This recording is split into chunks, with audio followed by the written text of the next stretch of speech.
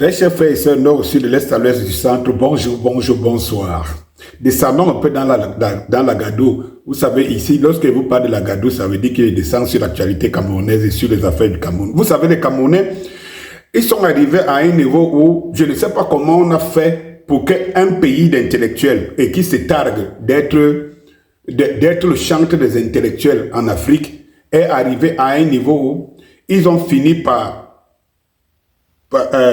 se convertir à la croyance des partis du système qui sont en place ou ceux qui prétendent les combattre. Les Camerounais ne réfléchissent plus par eux-mêmes. Ils réfléchissent par un courant de pensée. Tiens, je vous donne un exemple. Paul Atangandji, ministre de l'administration territoriale, qu'on voit avec une enveloppe, nulle part au monde, vous ne pouvez voir aucune autre image comme ça, comme celle-là. Quelle que soit la raison, vous ne pouvez pas. Il a fallu que ce soit encore un Camerounais qui s'illustre par ça. Mais vous savez, c'est que les partisans du système en place ont trouvé mieux à dire courrier diplomatique. Mais est-ce que c'est différent? Souvenez-vous de celui-ci, Maurice Kamto. Lorsqu'on l'avait surpris à Itoudi par cette image, vous savez rapidement, son clan était monté au créneau pour dire quoi? Courrier diplomatique, ou bien, je ne sais pas, courrier diplomatique à le remettre à étudier. Lui-même est devenu un facteur porteur de ce courrier. Et nous, les esprits libres, nous sommes donc des personnes qui sont mal vues dans cet environnement-là. Parce qu'en réalité, comme on ne se prend pas dans ce jeu, on ne descend pas jusqu'à s'insulter soi-même à ce niveau, que même face à la réalité, on n'arrive pas à se poser de vraies questions.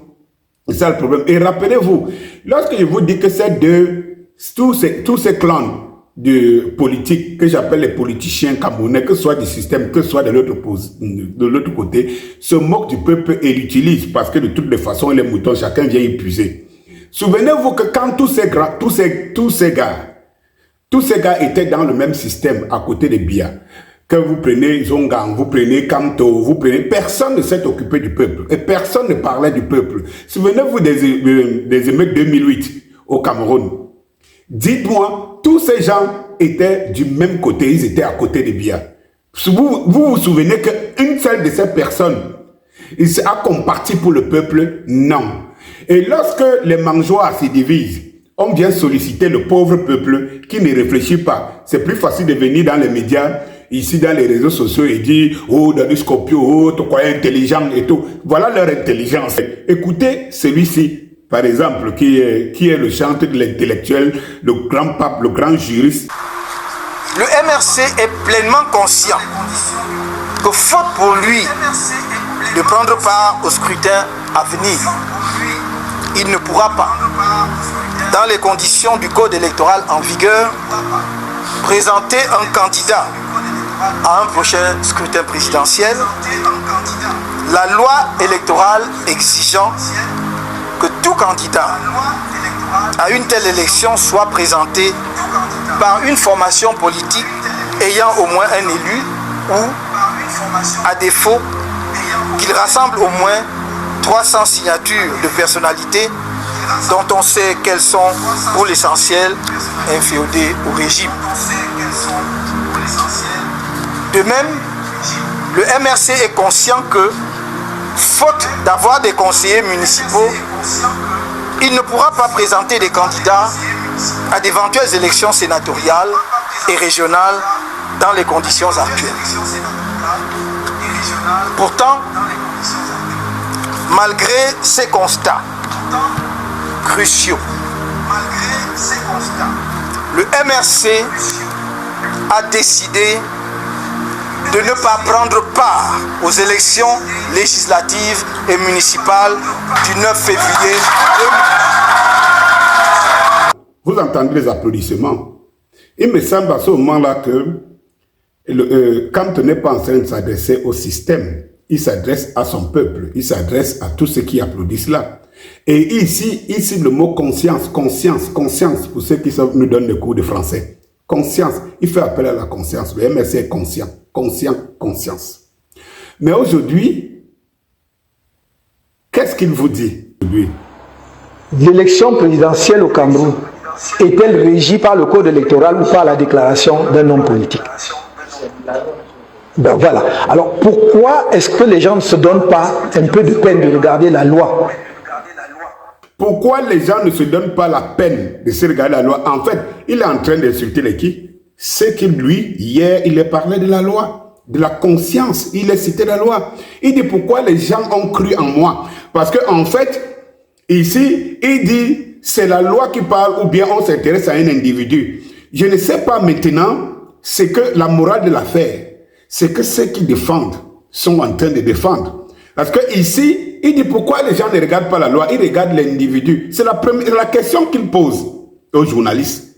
C'est est-ce que c'est l'individu ou c'est la loi? Mais lorsque Kamto parlait à la vidéo précédente, il parlait de qui? Il parlait à qui? Il parlait en tant que qui? Donc, il vous dit que ne croyez pas en moi l'individu, croyez en la loi. Et du coup, comme je vous dis, on trouve toujours le parallèle. Du coup, ces partisans, dès le départ, commencent à chercher cette loi, chercher les lois. Lui qui est le pape du droit, qui a lu les articles jusqu'aux élus, commence à dire que c'est faux. Mais il n'accepte pas que lui, quand était dans le faux, et s'était trompé, ou alors était inconscient, ou alors tout simplement ne maîtrisait pas la loi. Lui qui parlait de lui qui parlait de conscience de tout. C'est que non, quand tu savais ce qu'il faisait, il a piégé le régime, il a piégé le système, il savait ce qu'il disait. Admettons que c'est vrai. Quel était l'objet? Est-ce qu'à cette époque, en 2020, est-ce que le MRC était menacé de ne pas présenter un candidat? Les gens qui le disent, non, il savait ce qu'il faisait, il était sûr. Bon, il n'est pas allé aux élections. Je pense qu'il savait ce qu'il faisait. Mais aujourd'hui, il va aux élections, il sait toujours ce qu'il fait. Sauf qu'entre les élections qu'il n'est pas allé, les élections qu'il veut partir, il y a un problème d'interprétation en amont ou en aval de la même loi. Donc, il disait hier qu'il est conscient.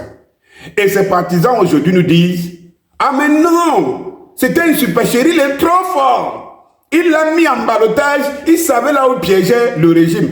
Est-ce que, je pose encore la question, est-ce qu'en 2020, est-ce qu'il y avait un problème de non-éligibilité du MRC au présidentiel? Non. Quelle était donc la raison pour lui de piéger quoi que ce soit? Bien au contraire, en allant aux législatives, tout le monde est conscient que le MRC était dans une position où il devait rafler tout au moins une grande partie des élus. Lui-même ne le dit pas. Hein? Il dit, vous m'avez cru, donc finalement on ne doit pas le croire. Mais les gens le croient.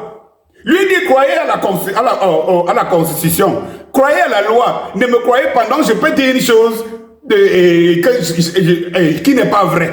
Mais les gens disent, non, il dit ce qui est vrai. Maintenant qu'il dit ce qui est vrai, je pose tout simplement une question.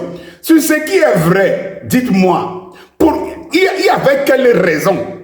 Il y avait quelle raison de ne pas aller aux élections, tout en sachant qu'on va chercher les élus d'ailleurs. Mais souvenez-vous, ceux qui étaient allés, est-ce que c'était encore une supercherie quand on les traitait des partisans du système qui jouent le jeu du système? Moi, je ne comprends pas. Bon, de toutes les façons, c'était ma capsule ce matin. Bonjour.